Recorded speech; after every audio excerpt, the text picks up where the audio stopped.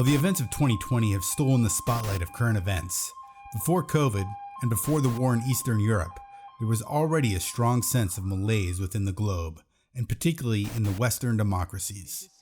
The litany of reasons for this include political division, economic decline, technological stress, environmental and ecological changes, and the rise of new powers across the globe threatening current power structures. While all of these issues might be contributing to the general crisis, in the paradigm I present, they are not the root, but rather the effect, for the true problem lies elsewhere. But before I get into what the root cause of our problems are, we must first cover a simple but grossly overlooked phenomenon in economics and history. And that is this: all wealth is an expression of energy. I'll repeat that. All wealth is an expression of energy. The examples of this are almost limitless, but consider a house. The trees in it are captured sunlight. The labor to build it is powered by caloric energy, also a form of sunlight. And the knowledge to build it, which was gained from generations of trial and error, generational advancement of fields like mathematics and architecture, and the constant improvement of skill and tool, all of which are expressions of captured energy. Thoughtful observation will reveal that energy is the undeniable raw material of all wealth, and the highest form of wealth is life itself, sacrificing all other forms of wealth in order to ensure its continuation. For a man cannot possess wealth without possessing life, and so he will spend all of the latter to preserve the former. A fact that the pharmaceutical companies of the West have taken great advantage of, I might add. Another graph, comparison of global population with global energy output, shows this to be true. We spend our energy on the continuation of life and the consummation of life, the making, the birthing, the raising. As most of you are likely aware, the vast majority of the energy consumed in modern life comes from fossil fuel, and indeed the population explosion of the modern era is in lockstep with the discovery and unlocking of fossil fuels' energy potential. And the most essential and most versatile of all these fossil fuels is oil. Which brings me to my underlying thesis. Today's cataclysms are at their root an energy crisis brought about by a phenomenon called peak oil, a term derived by its first real prophet, M. King Hubbert.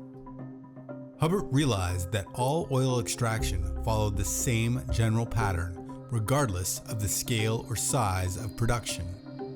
In other words, if you looked at the production curve over time of a single well, it looked like this, a bell shape.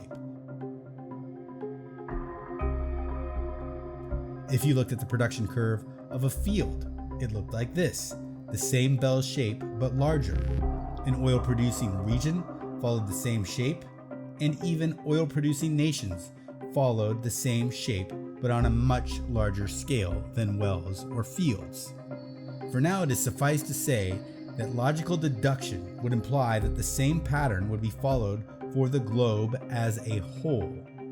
It also stands to reason that supply of a commodity that takes millions of years to create, but only days, weeks, or months to consume, would soon dwindle. Hubert King predicted that this global peak would occur sometime in the early 2000s, and indeed, the first real signs that the oil production curve might not continue on its infinite upward path happened in 2008, when the International Energy Agency published a report that insinuated that peak oil was near. This sent gas prices skyrocketing to record levels as speculators moved in to exploit the situation. After all, when it is physically impossible for supply to meet demand, prices are sure to rise. Those looking for a quick profit pounced. As a side note, it is rarely mentioned that the sudden inflation in gas prices is one of the reasons many mortgages didn't get paid that summer of 2007. After all, many people who could barely afford their mortgage payments likely hit the tipping point when their monthly gas bill doubled.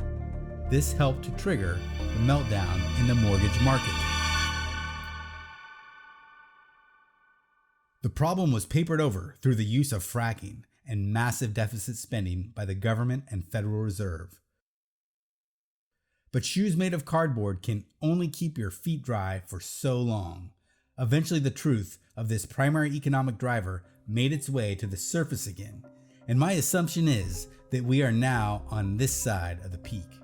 And as we begin to ride the energy cliff down the backside, it is likely no coincidence that world war now brews in Europe. For certainly, jealousy over fossil fuel energy is at the heart of this matter. It is also likely a cause of the tribalism, resignation, and hysteria that currently rake our world. For we are mammals, and whether we are conscious of it or not, something deep within the structures of our mammalian brain is aware that we are in a period of resource scarcity. I believe that this subject has been so grossly ignored, considering its massive ramifications, that I'm going to dedicate a large portion of this channel to covering it. This will include news that is clearly related to the phenomenon of peak oil, as well as explainer videos that will help lean light on the new world of energy scarcity and how it will change the functioning of the economy. I also plan to continue speaking about other issues revolving around economics, Bitcoin, history, and the strange intersection we now approach, where technological innovation rockets towards escape velocity just as the global energy it requires depletes.